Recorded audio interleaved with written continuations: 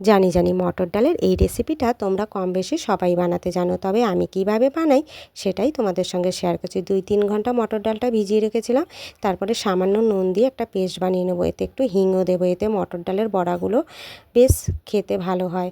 এরপরে দেখো একটা পেস্ট বানিয়ে নেবো, টমেটো কুচি, কাঁচা লঙ্কা, শুকনো লঙ্কা, আদা আর 1 চামচ জিরে। এইদিকে মটর ডালটা একটু হিংটা দেওয়ার জন্য হাতে করে ফেটিয়ে নিচ্ছি। তারপরে দেখো সাদা তেলে লাল লাল করে ভেজে তুলে নিচ্ছি। ওই তেলের মধ্যেই গোটা জিরে ফোড়নে দিয়ে ডুমো ডুমো করে কেটে রাখা আলুগুলোকে দিয়ে সামান্য নুন আর হলুদ দিয়ে একটু নাড়িয়ে ছাড়িয়ে নেব। তারপরে দিয়ে দেবো মশলাটা, সামান্য আরেকটু হিংও দিচ্ছি, দিয়ে ভালো করে কষিয়ে নিয়ে পরিমাণ মতন জল দিয়ে দেবো। তারপরে ঢাকা চাপা দিয়ে দেবো। ঢাকা খুলে যখন দেখবো আলুটা পুরোপুরি সিদ্ধ হয়ে গেছে, মটর ডালের বড়াগুলোকে ওর মধ্যে দিয়ে একটু ফুটতে দেবো। এতে কিন্তু মটর ডালের বড়ার এই রেসিপিটা এইভাবে বানালে খেতে কিন্তু দারুণ হয়। তোমরা বাড়িতে একবার ট্রাই করে দেখো। দেখা হচ্ছে পরের ভিডিও। টাটা।